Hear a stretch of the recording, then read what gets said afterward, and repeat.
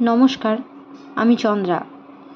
আমার এই গল্প পাঠে মৌ চ্যানেলটি যদি আপনাদের ভালো লেগে থাকে তাহলে অবশ্যই লাইক, শেয়ার ও সাবস্ক্রাইব করে পাশে থাকবেন এবং আপনাদের মূল্যবান মতামত কমেন্টের মাধ্যমে আমাকে অবশ্যই জানাবেন। আজকে পাঠ করছি শ্রী বিভূতিভূষণ বন্দ্যোপাধ্যায়ের অপরাজিত। শুরু করছি।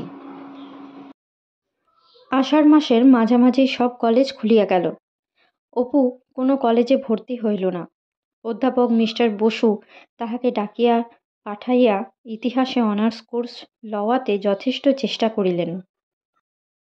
অপু ভাবিল কি হবে আর কলেজে পড়ে, সেই সময়টা ইম্পিরিয়াল লাইব্রেরিতে কাটাবো। বিয়ের ইতিহাসে এমন কোনো নতুন কথা নেই যা আমি জানি নে। ও 2 বছর মিছিমিছি নষ্ট। লাইব্রেরিতে তার চেয়ে অনেক পড়ে ফেলতে পারবো এখন।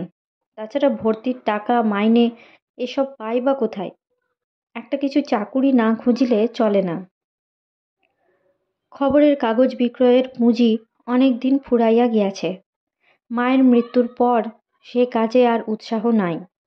একটা ছোট ছেলে পড়ানো আছে, তাতে শুধু 2টো ভাত খাওয়া চলে 2 বেলা। কোনো মতে ইকমি কুকারে আলু সিদ্ধ, ডাল সিদ্ধ ও ভাত। মাছ, মাংস, দুধ, ডাল, তরকারি তো অনেক দিন আগে দেখা স্বপ্নের মতো মনে হয়। যাক সেসব, কিন্তু ঘর ভাড়া, কাপড় জামা, জলখাবার এসব চলে কিসে? তাহা ছাড়া অপুর অভিজ্ঞতা জন্মিয়াছে যে কলিকাতায় ছেলে পড়ানো বাবার মুখে শৈশবে শেখা উদ্ভট শ্লোকের পদ্মপত্রস্থিত জলবিন্দুর মতো চপল। আজ যদি যায়, কাল দাঁড়াইবার স্থান নেই। কয়েকদিন ধরিয়া খবরের কাগজ দেখিয়া দেখিয়া পাইওনিয়ার ড্রাগ কোর্সে একটা কাজ খালি দেখা গেল দিন কতক পরে। আমহা স্ট্রিটের মোড়ে বড় দোকান, পিছনে কারখানা, তখনও ভিড় জমিতে শুরু হয় নাই। অপু ঢুকিয়াই এক স্থূলকায় আধা বয়সী ভদ্রলোকের একেবারে সামনে পড়িল। ভদ্রলোক বলিলেন, কাকে চান? অপু লাজুক মুখে বলিল, আগে চাকরি খালির বিজ্ঞাপন দেখে তাই। ও, আপনি ম্যাট্রিক পাস? আমি এবার আইএ। ভদ্রলোক পুনরায় তাকিয়ায় ভর দিয়া হাল ছাড়িয়া দিবার সুরে বলিলেন, ও, আইএ পাস? তা নিয়ে আমরা কি করব? আমাদের লেবেলিং ও মাল বিটলিং করার জন্য লোক চাই। খাটুনিও খুব। সকাল 7টা থেকে 10:30, মধ্যে 1.5 ঘন্টা খাবার ছুটি, আবার 12টা থেকে 5টা। কাজের চাপ পড়লে রাত 8টাও বাজবে। কত মাইনে? আপাতত 15, ওভারটাইম খাটলে 2 আনা জলখাবার। সেসব আপনাদের কলেজের ছোকরার কাজ নয় মশাই। আমরা এমনি মোটামুটি লোক চাই। ইহার দিন কতক পর আরেকটা চাকুরি খালির বিজ্ঞাপন দেখিয়া গেল ক্লাইভ স্ট্রিটে। দেখিল সেটা একটা লোহা লক্করের দোকান, বাঙালি ফার্ম। একজন 30-32 বছরের অত্যন্ত চুল ফাঁপানো টেরিকাটা লোক ইস্ত্রি করা কামিজ পরিয়া বসিয়া আছে। মুখের নিচের দিকের গড়নে একটা কর্কশ ও স্থূল ভাব। এমন ধরনের চোখের ভাবকে সে মাতাল ও কুচরিত্র লোকের সঙ্গে মনে মনে জড়িত করিয়া থাকে। লোকটি অত্যন্ত অবজ্ঞার সুরে বলিল, কি কি এখানে? অপুর নিজেকে অত্যন্ত ছোট বোধ হইল নিজের কাছে। সে সংকুচিত স্বরে বলিল, এখানে একটা চাকরি খালি দেখে আসছি। লোকটার চেহারা বড়লোকের বাড়ির উচ্ছৃঙ্খল অসৎ চরিত্র বড় ছেলের মতো। পূর্বে এ ধরনের চরিত্রের সহিত তাহার পরিচয় হইয়াছে লীলাদের বাড়ি বর্ধমানে থাকিতে। এই টাইপটা সে চেনে। লোকটা কর্কশ সুরে বলিল, কি করো তুমি? আমি আইএ পাস, করিনি কিছু আপনাদের এখানে। টাইপ রাইটিংটা জানো? যাও যাও, এখানে না। ও কলেজ টলেজ এখানে চলবে না, যাও। সেদিনকার ব্যাপারটা বাসায় আসিয়া গল্প করাতে ক্যাম্বেল স্কুলের ছাত্রটির এক কাকা বলিলেন, ওদের আজকাল ভারী দেমাক। যুদ্ধের বাজারে লোহার দোকানদার সব লাল হয়ে যাচ্ছে, দালালেরা পর্যন্ত 2 পয়সা করে নিলে। অপু বলিল, দালাল আমি হতে পারি নে? কেন পারবেন না? শক্তটা কি? আমার শ্বশুর একজন বড় দালাল, আপনাকে নিয়ে যাব একদিন। সব শিখিয়ে দেবেন। আপনাদের মতো শিক্ষিত ছেলে তো আরও ভালো কাজ করবে। মহা উৎসাহে ক্লাইভ স্ট্রিট অঞ্চলের লোহার বাজারে দালালি করিতে বাহির হইয়া প্রথম দিন 4-5 ঘোরাঘুরি সার হইল। কেহ ভালো করিয়া কথাও বলে না। একদিন একজন বড় দোকানি জিজ্ঞাসা করিল, বল্টু আছে? 5 ইঞ্চি 5 জ। অপু বল্টু কাহাকে বলে জানে না।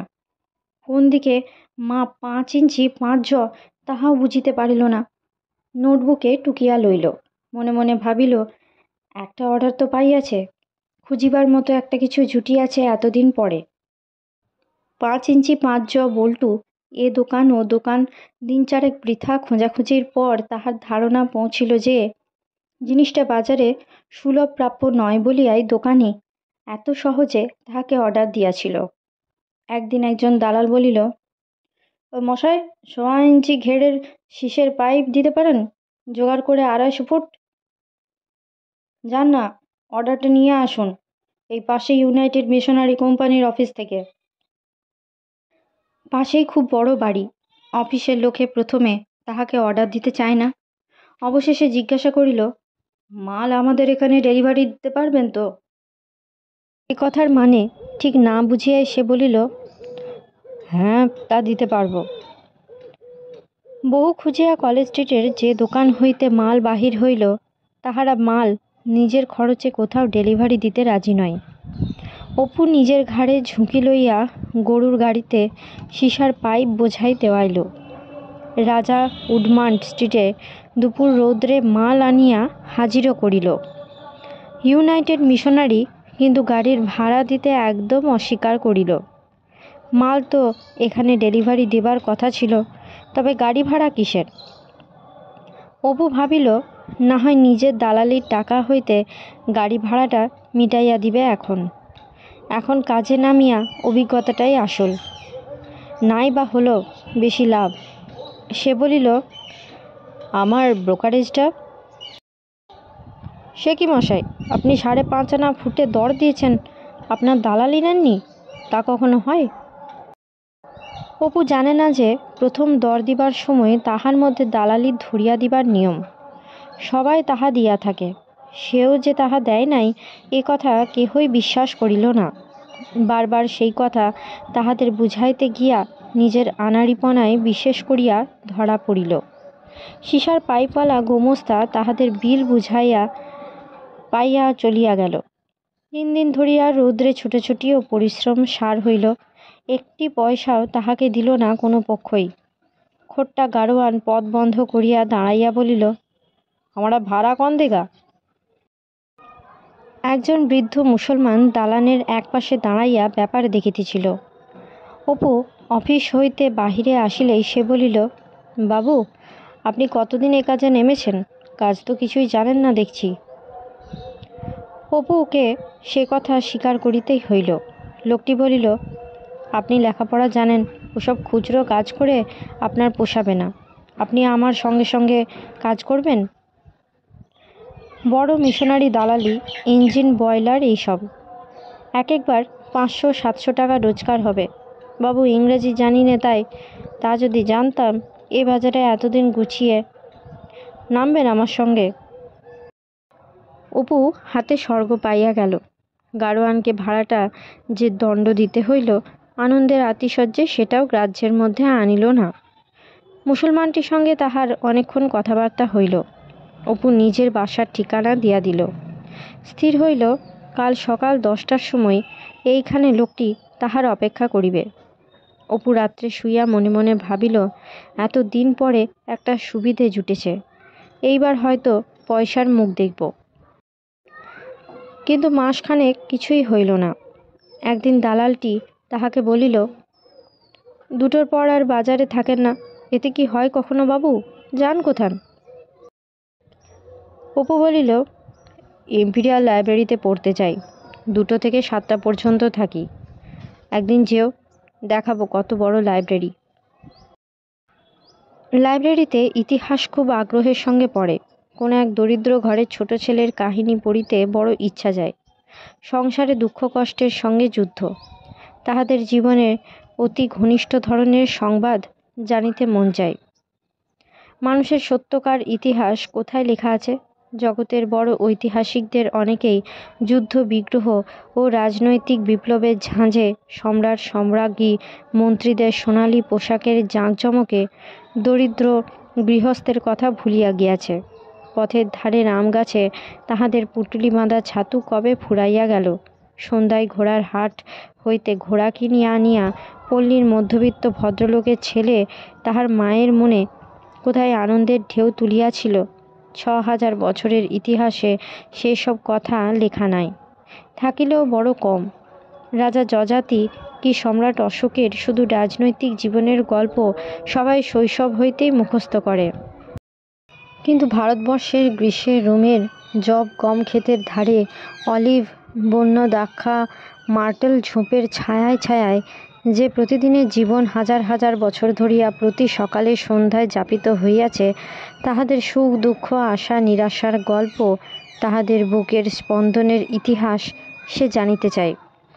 কেবল মাঝে মাঝে এখানে ওখানে ঐতিহাসিকদের লেখা পাতায় সম্মিলিত সৈন্যব্যূহের এই আড়ালটা সরিয়া যায়।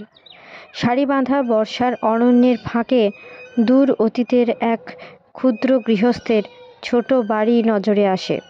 অজ্ঞাতনামা কোনো লেখকের জীবন কথা, কি কালের স্রোতের কূলে লাগা এক টুকরো পত্র, প্রাচীন মিশরের কোন কৃষক পুত্রকে শস্য কাটিবার কি আয়োজন করিতে লিখিয়াছিল।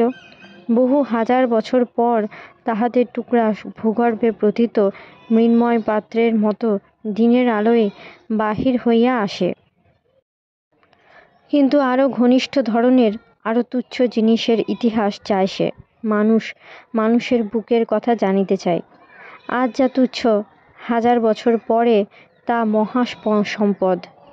ভবিষ্যতের সত্যকার ইতিহাস হইবে এক কাহিনী, মানুষের মনের ইতিহাস, তার প্রাণের ইতিহাস। আর একটা দিক তাহার চোখে পড়ে, একটা জিনিস বেশ স্পষ্ট হইয়া ওঠে তাহার কাছে। মহাকালের এই মিছিল।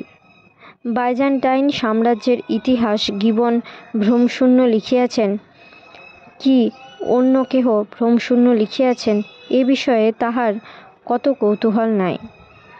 সে শুধু কৌতূহলাক্রান্ত মহাকালের এই বিরাট মিছিলে। হাজার যুগ আগেকার কত রাজা রানী সম্রাট মন্ত্রী খোঁজা সেনাপতি বালক যুবা, কত অশ্রুনয়না তরুণী, কত অর্থলিপ্সু রাজপুরুষ, যাহারা অর্থের জন্য অন্তরঙ্গ বন্ধুর গুপ্ত কথা প্রকাশ করিয়া তাহাকে ঘাতকের কুঠারের মুখে নিক্ষেপ করিতে দ্বিধা বোধ করে নাই। অনন্তকাল সমুদ্রে ইহাদের ভাসিয়া যাওয়ার বুদবুদের মতো মিলাইয়া যাওয়ার দিকটা কোথায় তাহাদের বৃথা শ্রমের পুরস্কার, তাহাদের অর্থলিপ্সার সার্থকতা? এদিকে ছোটাছুটি সার হইতেছে, কাজ কিছুই হয় না। সে তো চায় না বড় মানুষ হইতে, খাওয়া পড়া চলিয়া গেলেই সে খুশি। পড়াশোনা করার সে সময় পায় ও নিশ্চিন্ত হইতে পারে, কিন্তু তাও তো হয় না। টিউশনি না থাকিলে একবেলা আহারও জুটিত না যে। তাহা ছাড়া এইসব জায়গার আবহাওয়ায় তাহার ভালো লাগে না আদৌ। চারিধারে অত্যন্ত হুঁশিয়ারি আর দর কষাকষি, শুধু টাকা টাকা টাকা, টাকা সংক্রান্ত কথাবার্তা। লোকজনের মুখে ও চোখের ভাবে ইতর ও অশোভন লোভ যেন উগ্রভাবে ফুটিয়া বাহির হইতেছে। এদের পাকা বৈষয়িক কথাবার্তায় ও চালচলনে অপু ভয় খাইয়া গেল। লাইব্রেরির পরিচিত জগতে আসিয়া সে হাঁপ ছাড়িয়া বাঁচে প্রতিদিন। একদিন মুসলমান দালালটি বাজারে তাহার কাছে 2টি টাকা ধার চাহিল। বড় কষ্ট যাইতেছে, পরের সপ্তাহে দিয়া দিবে এখন। অপু ভাবিল হয়তো বাড়িতে ছেলে মেয়ে আছে, রোজগার নাই 1 পয়সা। অর্থাভাবের কষ্ট যে কি সে তাহা ভালো করিয়াই বুঝিয়াছে। এই 2 বৎসরে নিজের বিশেষ স্বাচ্ছন্দ্য না থাকিলেও একটি টাকা বাসা হইতে আনিয়া পরদিন বাজারে লোকটাকে দিল। ইহার দিন 7 পর অপু সকালে ঘুম ভাঙিয়া উঠিয়া দৌড়ে কাহার ধাক্কার শব্দ পাইল। দোর খুলিয়া দেখিল মুসলমান দালালটি হাসি মুখে দাঁড়াইয়া। এসো এসো আব্দুল, তারপর খবর কি? আদাব বাবু, চলুন ঘরের মধ্যে বলি। এ ঘরে আপনি একলা থাকেন না আর কেউ? ওহ, বেশ ঘর তো বাবু। এসো বসো, চা খাবে? চা পানের পর আব্দুল আসিবার উদ্দেশ্য বলিল, বারাকপুরে একটা বড় বয়লারের সন্ধান পাওয়া গিয়েছে। ঠিক সেই ধরনের বয়লারেই আবার এদিকে একটা খরিদ্দার জুটিয়া গিয়াছে। কাজটা লাগাইতে পারিলে ৩০০ টাকার কম নয়, একটা বড় দাও। কিন্তু মুশকিল দাঁড়াইয়াছে এই যে এখনই বারাকপুরে গিয়া বয়লারটি দেখিয়া আসা দরকার এবং কিছু বায়না দিবারও প্রয়োজন আছে, অথচ তাহার হাতে একটা পয়সাও নাই। এখন কি করা? অপু বলিল, খদ্দের মাল ইন্সপেকশনে যাবে না? আগে আমরা দেখি, তবে তো খদ্দেরকে নিয়ে যাব। 1.5% করে ধরলেও 450 টাকা লাগবে আমাদের। খদ্দের হাতের মুঠোয় রয়েছে, আপনি নির্ভাবনায় থাকুন। এখন টাকার কি করি? অপু পূর্বদিন টিউশনির টাকা পাইয়াছিল, বলিল, কত টাকার দরকার? আমি তো ছেলে পড়ানো মাইনে পেয়েছি, কত তোমার লাগবে বলো। হিসাবপত্র করিয়া 8 টাকা পড়িবে দেখা গেল। ঠিক হইল আব্দুল এবেলা বয়লার দেখিয়া আসিয়া ওবেলা বাজারে অপুকে সব খবর দিবে। অপু বাক্স খুলিয়া টাকা আনিয়া আব্দুলের হাতে দিল। বৈকালে সে পাটের এক্সচেঞ্জের বারান্দাতে বেলা 5টা পর্যন্ত আগ্রহের সহিত আব্দুলের আগমন প্রতীক্ষা করিল। আব্দুল সেদিন আসিল না। পরদিনও তাহার দেখা নাই। ক্রমে একে একে 7-8 দিন কাটিয়া গেল। কোথায় আব্দুল? সারা বাজার ও রাজা উডমান্ড স্ট্রিটের লোহার দোকানের আগাগোড়া খুঁজিয়াও তাহার সন্ধান মিলিল না। ক্লাইভ স্ট্রিটের একজন দোকানদার শুনিয়া বলিল, কত টাকা নিয়েছে আপনার কাছে মশাই? আব্দুল তো মশাই জোচ্চোরের ধারী, আর টাকা পেয়েছেন, টাকা নিয়ে এসে দেশে পালিয়েছে, আপনিও যেমন। প্রথমে সে বিশ্বাস করিল না। আব্দুল সেরকম মানুষ নয়, তাহা ছাড়া এত লোক থাকিতে তাহাকে কেন ঠকাইতে চাইবে? কিন্তু এ ধারণা বেশি দিন টিকিল না। ক্রমে জানা গেল আব্দুল দেশে যাইবে বলিয়া যাহার কাছে সামান্য যাহা কিছু পাওনা ছিল সব আদায় করিয়া লইয়া গিয়াছে দিন 7 আগে। কাঁটা পেরেকের দোকানের বৃদ্ধ বিশ্বাস মহাশয় বলিলেন, আশ্চর্যি কথা মশাই, সবাই জানে আব্দুলে কাণ্ড কারখানার, আপনি তাকে চেনেননি 2-3 মাসেও। রাধে কৃষ্ণ, বেটা জুয়া চোরের ধারী, হার্ডওয়্যারে বাজারে সবাই চিনে ফেলেছে। এখানে আর সুবিধা হয় না, তাই গিয়ে আজকাল জুটেছে মিশনারির বাজারে। কোনো দোকানে তো আপনার একবার জিজ্ঞেস করা উচিত ছিল, হার্ডওয়্যারের দালালি করা কি আপনার মতো ভালো মানুষের কাজ মশাই? আপনার অল্প বয়স, অন্য কাজ কিছু দেখে নিন গে। এখানে কথা বেচে খেতে হবে, সে আপনার কমও নয়। তবুও ভালো যে 8টা টাকার উপর দিয়ে গিয়েছে। 8 টাকা বিশ্বাস মহাশয়ের কাছে যতই তুচ্ছ হোক, অপুর কাছে তাহা নয়। ব্যাপার বুঝিয়া চোখে অন্ধকার দেখিল। গোটা মাসের ছেলে পড়ানোর দরুন সব টাকাটাই সে যে তুলিয়া দিয়াছে আব্দুলের হাতে, এখন সারা মাস চলিবে কিসে? বাড়ি ভাড়া দেনা, গত মাসের শেষে বন্ধুর কাছে ধার, এসবের উপায়? দিশাহারাভাবে পথ চলিতে চলিতে সে ক্লাইভ স্ট্রিটে শেয়ার মার্কেটের সামনে আসিয়া পড়িল। দালাল ও ক্রেতাদের চিৎকার, মারোয়ারিদের ভিড় ও ঠেলাঠেলি। থর্নিকফট 6 আনা, নাগরমল 5.5 আনা, বেজায় ভিড়, বেজায় হইচই। লাল দিঘির পাশ কাটাইয়া লাট সাহেবের বাড়ির সম্মুখ দিয়া সে একেবারে গড়ের মাঠের মধ্যে কেল্লার দক্ষিণে একটা নির্জন স্থানে একটা বড় বাদাম গাছের ছায়ায় আসিয়া বসিল। আজই সকালে বাড়িওয়ালা একবার তাগাদা দিয়াছে, কাপড় একেবারে নাই, না কুলাইলেও ছেলে পড়ানোর টাকা হইতে কাপড় কিনিবে ঠিক করিয়াছিল। রুমমেট তো নিত্য ধারের জন্য তাগাদা করিতেছে। আব্দুল শেষকালে এভাবে ঠকাইল তাহাকে। চোখে তাহার জল আসিয়া পড়িল। দুঃখ দিনের সাথী বলিয়া কত বিশ্বাস যে করিত সে আব্দুলকে। অনেকক্ষণ সে বসিয়া রহিল। ঝাঁ ঝাঁ করিতেছে দুপুর, বেলা 1:30 আন্দাজ। কেহ কোনো দিকে নাই। আকাশ মেঘমুক্ত, দূর প্রসারী নীল আকাশের গায়ে কালো বিন্দুর মতো চিল উড়িয়া চলিয়াছে। দূর হইতে দূরে সেই ছেলেবেলার মতো, ছোট হইতে ক্রমে মিলাইয়া চলিয়াছে। একজন ঘেঁষেরা বর্ষার লম্বা লম্বা ঘাস কাটিতেছে। ছোট একটি খোট্টাদের মেয়ে ঝুড়িতে ঘুঁটে কুড়াইতেছে। দূরে খিদিরপুরের ট্রাম যাইতেছে। গঙ্গার দিকে বড় একটা জাহাজের চোঙ। ফোর্টের বেতারের মাস্তুল, 1 2 3 4, আকাশ কি ঘন নীল। এই তো চারিধারের মুক্ত সৌন্দর্য, এই কম্পমান শ্রাবণ দুপুরের খর রৌদ্র, বিদ্যুৎ সূর্য, রাত্রির তারা, প্রেম, মা দিদি অনিল, মাথার উপরে নিশ্চিম নীল আকাশ, মৃত্যুপারের দেশ, চিররাত্রির অন্ধকারে যেখানে সাঁই সাঁই রবে ধূমকেতুর দল, আগুনের পুচ্ছ দুলাইয়া উড়িয়া চলে। গ্রহ ছোটে চন্দ্র সূর্য লাটিমের মতো আপনার বেগে আপনি ঘুরিয়া বেড়ায়। তুহিন শীতল বোম পথে দূরে দূরে দেবলোকের মেরু পর্বতের ফাঁকে ফাঁকে তাহারা মিটমিট করে। এই পরিপূর্ণ মহিমার মধ্যে জন্ম লইয়া 8টা টাকা, তুচ্ছ 8 টাকা। এ কোন বিচিত্র জগৎ! কিসের থর্নিক্রফট আর নাগরমল! কখন বেলা 5টা বাজিয়া গিয়েছে, কখন একটু দূরে একটা ফুটবল টিমের খেলা আরম্ভ হইয়া গিয়াছে। একটা বল দুম করিয়া তাহার একেবারে সামনে আসিয়া পড়াতে তাহার চমক ভাঙিল। উঠিয়া সে বলটা দুহাতে ধরিয়া সজোরে একটা লাথি মারিয়া সেটাকে ধাবমান লায়ন্সম্যানের দিকে ছুঁড়িয়া দিল। একদিন পথে হঠাৎ প্রণবের সঙ্গে দেখা। দুজনেই ভারী খুশি হইল।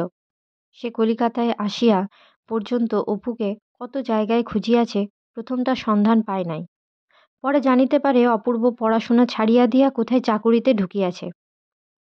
প্রণব রাজনৈতিক অপরাধে অভিযুক্ত হইয়া বৎসরখানেক হাজত ভোগের পর সম্প্রতি খালাস হইয়াছে। হাসিয়া বলিল, কিছুদিন গভর্নমেন্টের অতিথি হয়ে এলুম রে, এসেই তোর কত খোঁজ করেছি। তারপর কোথায় চাকরি করিস, মাইনে কত? অপু হাসি মুখে বলিল, খবরের কাগজের অফিসে, মাইনে 70 টাকা। সর্বৈব মিথ্যা। টাকা 40 মাইনে পায়, কি একটা ফন্ড বাবদ কিছু কাটিয়া লওয়ার পর হাতে পৌঁছায় 33 টাকা কোয়ানা। একটু গর্বের সুরে বলিল, চাকরি সোজা নয়, রয়টারের বাংলা করার ভার আমার উপরে।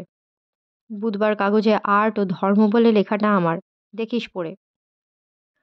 প্রণব হো হো করিয়া হাসিয়া উঠিয়া বলিল, তুই ধর্মের সম্বন্ধে লিখতে গেলি কি নিয়ে রে? কি জানিস তুই?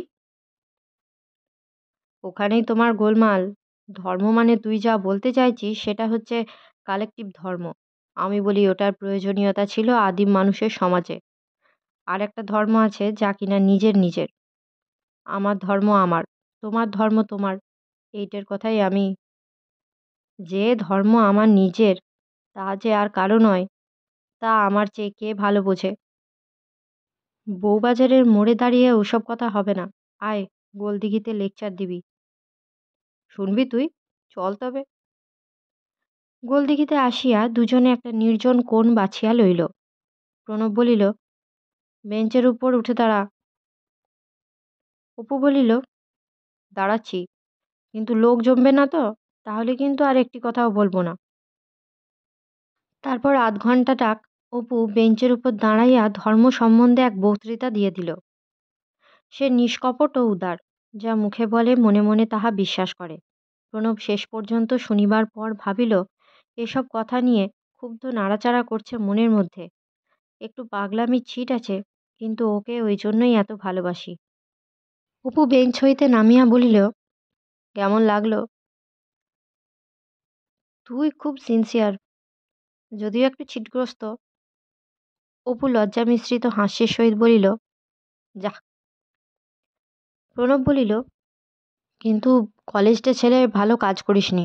যদিও আমি জানি, তাই সেদিন বিনয়কে বলছিলাম যে অপূর্ব কলেজে না গিয়েও যা পড়াশোনা করবে, তোমরা দুবেলা কলেজের সিমেন্ট ঘষে ঘষে উঠিয়ে ফেললেও তা হবে না। ওর মধ্যে একটা সত্যিকার পিপাসা রয়েছে যে। নিজের প্রশংসা শুনিয়া অপু খুব খুশি, বালকের মতো খুশি। উজ্জ্বল মুখে বলিল, অনেকদিন পরে তোর সঙ্গে দেখা, চল তোকে কিছু খাওয়াই গিয়ে। কলেজ মেটদের আর কারুর দেখা পাইনে, আমোদ করা হয়নি কতদিন যে। মা মারা যাওয়ার পর থেকে তো। প্রণব বিস্ময়ের সুরে বলিল, মাও মারা গিয়েছেন? ওহ, সে কথা বুঝি বলিনি। সে তো প্রায় 1 বছর হতে চলল। সামনেই একটা চায়ের দোকান। অপু প্রণবের হাত ধরিয়া সেখানে ঢুকিল। প্রণবের ভারী ভালো লাগিল অপুর এই অত্যন্ত খাঁটি ও অকৃত্রিম আগ্রহ ভরা হাত ধরিয়া টানা। সে মনে মনে ভাবিল, এরকম ওয়ার্মথ আর সিনসিয়ারিটি কজনের মধ্যে পাওয়া যায়। বন্ধু তো মুখে অনেকেই আছে, অপু একটা জুয়েল। অপু বলিল, কি খাবি বল? এই বেয়ারা, কি আছে ভালো? খাইতে খাইতে প্রণব বলিল, তারপর চাকরির কথা বল। যে বাজার কি করে জোটালি? অপু প্রথমে লোহার বাজারের দালালির গল্প বলিল, হাসিয়া বলিল, তারপর আব্দুলের মহাবীর নিষ্ক্রমণের পরে হার্ডওয়্যার আর জমল না। ঘুরে ঘুরে বেড়াই চাকরি খুঁজে, বুঝলি। একদিন একজন বললে, বিএনআর অফিসে অনেক নতুন লোক নেওয়া হচ্ছে। গেলুম সেখানে, খুব লোকের ভিড়। চাকরি অনেক খালি আছে। ইংরাজি লিখতে পড়তে পারলেই চাকরি হচ্ছে। ব্যাপার কি, শুনলাম মাস 2 হলো স্ট্রাইক চলছে, তাদের জায়গায় নতুন লোক নেওয়া হচ্ছে। প্রণব চায়ে চুমুক দিয়া বলিল, চাকরি পেলি? শোন না, চাকরি তখনই হয়ে গেল, প্রিন্সিপালের সার্টিফিকেটটাই কাজের হলো। তখনই ছাপানো ফর্মে অ্যাপয়েন্টমেন্ট লেটার দিয়ে দিলে। বাইরে এসে ভারী আনন্দ হলো মনটাতে। 40 টাকা মাইনে, যেতে হবে গঞ্জাম জেলায়, অনেক দূর। যা ঠিক চাই তাই। বেন্টিং স্ট্রিটের মোড়ে একটা চায়ের দোকানে বসে মনের খুশিতে উপরি উপরি 4 কাপ চা খেয়ে ফেললাম। ভাবলাম, এতদিন পর পয়সার কষ্টটা তো ঘুচল। আর কি খাবি? এ বেয়ারা, আর 2টো ডিম ভাজা। না না, খা। 2 দিন চাকরি হয়েছে বলে বুঝি? তোর এই পুরনো রোগ আজও? হ্যাঁ, তারপর? আবার ভাবি, যাই চলে, অত দূর কখনো দেখিনি। তাছাড়া মা মারা যাওয়ার পর কলকাতা আর ভালো লাগে না, যাই গে। কিন্তু শেষ পর্যন্ত ফের ওদের অফিসে গেলাম, ছাপানো ফর্ম খালাম, ফেরত নিয়ে এলাম।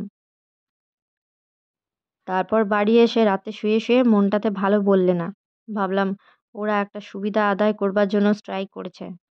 2 মাস তাদেরও ছেলে মেয়ে কষ্ট পাচ্ছে, তাদের মুখের ভাতের থালা কেড়ে খাবো শেষকালে? আবার ভাবি, যাই চলে, অত দূর কখনো দেখিনি। তাছাড়া মা মারা যাওয়ার পর কলকাতা আর ভালো লাগে না, যাই গে। কিন্তু শেষ পর্যন্ত ফের ওদের অফিসে গেলাম, ছাপানো ফর্মখানা ফেরত দিয়ে এলাম। বলে এলাম, আমার যাওয়ার সুবিধা হবে না। প্রণব বলিল, তোর মুখ আর চোখ look full of music and poetry. প্রথম থেকেই আমি জানি এ একজন আইডিয়ালিস্ট ছোকরা। তোদের দিয়েই তো এসব হবে। তোর এ খবরের কাগজের কাজ কখন? রাত 9টার পর যেতে হয়, রাত 3টের পর ছুটি। ভারী ঘুম পায়, এখনও রাত জাগা অভ্যেস হয়নি। তবে সুবিধা আছে, সকাল 10টা 11টা পর্যন্ত ঘুমিয়ে নি, সারাদিন লাইব্রেরিতে কাটাতে পারি। খাওয়া দাওয়া ভালোই হইল। অপু বলিল, জল খাস নে, চল কলেজ স্কোয়ারে শরবত খাবো, বেশ মিষ্টি লাগে খেতে। লেমন স্কোয়াশ খেয়েছিস? আয়। কলেজের অত ছেলের মধ্যে এক অনিল ও প্রণব ছাড়া সে আর কাহাকেও বন্ধুভাবে গ্রহণ করিতে পারে নাই। অনেক দিন পরে মন খুলিয়া আলাপের লোক পাইয়া তাহার গল্প আর ফুরাইতে ইচ্ছে না। বলিল, গাছপালা যে কতদিন দেখিনি, ইট আর সিমেন্ট অসহ্য হয়ে পড়েছে। আমাদের অফিসে একজন কাজ করে, তার বাড়ি হাওড়া জেলা। সেদিন বলছে বাড়ির বাগানে আগাছা বেড়ে উঠেছে, তাই সাফ করছে রবিবারে রবিবারে। আমি তাকে বলি, কি গাছ মিত্তির মশাই? সে বলে, কিছু না, ঝুপি গাছ। আমি বলি, বলুন না কি কি গাছ। রোজ সোমবারে সে বাড়ি থেকে এলে তাকে এই কথা জিজ্ঞাসা করি। সে হয়তো ভাবে, আচ্ছা পাগল। রাত্রে ভাই সারা রাত প্রেসের ঘড়ঘড়ানি, গরম প্রিন্টারের তাগাদার মধ্যে আমার কেবল মিত্তির মশাইয়ের বাড়ির সেই ঝুপি বনের কথা মনে হয়। ভাবি কি না কি জানি গাছ। এদিকে চোখ ঘুমে ঢুলে আসে। রাত 1টার পরে শরীর এলিয়ে পড়তে চায়। শরীরের বাঁধন যেন ক্রমে আলগা হয়ে আসে। কুঁজোর জল চোখে মুখে ঝাপটা দিয়ে ফুলো ফুলো রাঙা রাঙা জ্বালা করা চোখে আবার কাজ করতে বসি। ইলেকট্রিক বাতিতে যেন চোখে ছুঁচ বেঁধে। আর এত গরমও ঘরটাতে। পরে সে আগ্রহের সুরে বলিল, একদিন রবিবারে চল, তুই আর আমি কোনো পাড়াগাঁয়ে গিয়ে মাঠে বনের ধারে ধারে সারাদিন বেরিয়ে কাটাবো। বেশ সেখানেই লতা কাঠি কুড়িয়ে আমরা রাঁধবো। বিকেল হবে, পাখির ডাক যে কতকাল শুনিনি। দোয়েল কি বউ কথা কও, এদের ডাক তো ভুলেই গিয়েছি। রবিবার দিনটা ছুটি, চল যাবি? এখন কত ফুল ফোটারও সময়। আমি অনেক বনের ফুল জানি, দেখিস চিনিয়ে দেব। যাবি প্রণব? চল আজ থিয়েটার দেখি। স্টারে সধবার একাদশী আছে, যাবি? নিজেই দুখানা গ্যালারির টিকিট কিনিল। থিয়েটার ভাঙিলে অনেক রাত্রিতে ফিরিবার পথে অপু বলিল, কি হবে বাকি রাতটুকু ঘুমিয়ে? আজ বসে গল্প করে রাত কাটাই। কর্নওয়ালিস স্কোয়ারের কাছে আসিয়া অপু বন্ধুর হাত ধরিয়া রেলিং টপকাইয়া স্কোয়ারের ভিতর ঢুকিয়া পড়িল। আয় আয়, এই বেঞ্চিতে বসি। আমি নিমচাঁদের পার্ট প্লে করব, দেখবি? প্রণব হাসিয়া বলিল, তোর মাথা খারাপ আছে, এত রাতে বেশি চেঁচাসনি, পুলিশ এসে তাড়িয়ে দেবে। কিন্তু খানিকটা পর প্রণবও মাতিয়া উঠিল। দুজনে হাসিয়া আবল তাবল বকিয়া আরও ঘণ্টাখানেক কাটাইল। অপু একটা বেঞ্চির উপরে গড়াগড়ি দিতেছিল ও মুখে নিমচাঁদের অনুকরণে ইংরাজি কি কবিতা আবৃত্তি করিতেছিল। প্রণবের ভয়সূচক স্বরে উঠিয়া বসিয়া চাহিয়া দেখিল ফুটপাতের উপরে একজন পাহারাওয়ালা।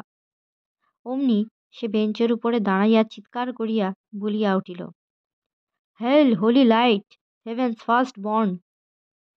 পরে দুজনেই ডাব স্ট্রিটের দিকে রেলিং টপকাইয়া সোজা দৌড় দিল। রাত্রি আর বেশি নাই। আমহার্স্ট স্ট্রিটের একটা বড় লাল বাড়ির বৈঠায় অপু গিয়া বসিয়া পড়িয়া বলিল, কোথায় আর যাব, আয় বস এখানে। প্রণব বলিল, একটা গান ধর তবে। অপু বলিল, বাড়ির লোকে দৌড় খুলে বেরিয়ে আসবে, কোনো রকমে পুলিশের হাত থেকে বেঁচে গিয়েছি। কেবল পাহারাওয়ালাটাকে চেঁচিয়ে বললুম, হেইল হোলি লাইট, হি হি, টেরও পাইনি কোথায় দিয়ে পালালুম, নিমচাঁদের মতো হয়নি। প্রণব বলিল, তোর মাথায় ছিট আছে, যা, সারা রাতটা ঘুম হলো না তোর পাল্লায় পড়ে। গা একটা গানই গা, আস্তে আস্তে ধর। আবার হাসে, যা। ইহার দিন 15 পরে একদিন প্রণব আসিয়া বলিল, তোকে নিয়ে যাব বলে এলাম। আমার মামাতো বোনের বিয়ে হবে সোমবারে, শুক্রবার রাত্রে আমরা যাব। খুলনা থেকে স্টিমারে যেতে হয়। অনেক দিন কোথাও যাসনি, চল আমার সঙ্গে। দিন 4-5-এর ছুটি পাবি না? ছুটি মিলিল। ট্রেনে উঠিবার সময় তাহার ভারী আনন্দ। অনেক দিন কলিকাতা ছাড়িয়া যায় নাই, অনেক দিন রেলেও চড়ে নাই। সকালবেলা স্টিমারে উঠিবার সময় ভৈরবের ওপার হইতে তরুণ সূর্য ওঠার দৃশ্যটা তাহাকে মুগ্ধ করিল। নদী খুব বড় ও চওড়া। স্টিমার প্রণবের মামার বাড়ির ঘাটে ধরে না, পাশের গ্রামে নামিয়া নৌকায় যাইতে হয়। অপু এ অঞ্চলে কখনো আসে নাই, সম্পূর্ণ অপরিচিত দেশ। নদীর ধারে সুপারির সারি, বাঁশ, বেদবন, অসংখ্য নারিকেল গাছ। টিনের চালাওয়ালা গোলাগঞ্জ, অদ্ভুত ধরনের নাম, স্বরূপকাঠি, জসাইকাঠি। দক্ষিণ পূর্ব কোণ ও খাড়া পশ্চিম, দুদিক হইতে প্রকাণ্ড দুটা নদী আসিয়া পরস্পরকে ছুঁইয়া অর্ধ চন্দ্রাকারে বাঁকিয়া গিয়াছে। সেখানটাতে জলের রং ঈষৎ সবুজ এবং সঙ্গম স্থানেই ওপারে 1/2 মাইলের মধ্যে প্রণবের মামার বাড়ির গ্রাম গঙ্গানন্দকাটি। নদীর ঘাট হইতে বাড়িটা অতি অল্প দূরে। এ গ্রামের মধ্যে ইহারাই অবস্থাপন্ন সম্ভ্রান্ত গৃহস্থ। অনেকবার অপু এ ধরনের বাড়ি ছবি কল্পনা করিয়াছে। এই ধরনের বড় নদীর ধারে শহর বাজারের ছোঁয়াচে আবহাওয়া হইতে বহু দূরে কোনো এক অখ্যাত ক্ষুদ্র পাড়াগাঁয়ের সম্ভ্রান্ত গৃহস্থ। আগে অবস্থা ভালো ছিল, অথচ এখন নাই। নাট মন্দির, পূজার দালান, দোলমঞ্চ, রাসমঞ্চ সবই থাকিবে, অথচ সেসব হইবে ভাঙা, শ্রীহীন। আর থাকিবে প্রাচীন ধনীবংশের ভ্রান্ত মর্যাদাবোধ, মান-সম্মান, উদারতা। প্রণবের মামার বাড়ির সঙ্গে সব যেন হুবহু মিলিয়া গেল। ঘাট হইতে 2 সারি নারিকেল গাছ সোজা একেবারে বাড়ির দেউড়িতে গিয়া শেষ হইয়াছে। বাঁয়ে প্রকাণ্ড পূজার দালান, ডাইনে হলুদ রঙের কলসি বসানো ফটক ও ফুলবাগান, দোলমঞ্চ, রাসমঞ্চ, নাটমন্দির। খুব জলুস নাই কোনোটারই। কার্নিশ খসিয়া পড়িয়াছে। একরাশ গোলাপ পায়রা নাটমন্দিরের মেঝেতে চড়িয়া বেড়াইতেছে। এক আধটা ঝটাপট করিয়া ছাদে উড়িয়া পালাইতেছে। একখানা 16 বেহারার সেকেলে হাঙরমুখো পালকি অব্যবহৃত অবস্থায় পড়িয়া আছে। দেখিয়া মনে হয় একসময় ইহাদের খুব অবস্থা ভালো ছিল। বর্তমানে পসারহীন ডাক্তারের দ্বারে সংযুক্ত অনাদৃত পিতলের পাতের মতোই শ্রীহীন ও মলিন। পুলু এসেছে, পুলু এসেছে, এই যে পুলু, এটিকে সঙ্গে? ওহ, বেশ বেশ, স্টিমার কি আজ লেট? ওরে নিবারণকে ডাক, ব্যাগটা বাড়ির মধ্যে নিয়ে যা। আহা থাক, এসো এসো, দীর্ঘজীবী হও। প্রণব তাহাকে একেবারে বাড়ির মধ্যে লইয়া গেল।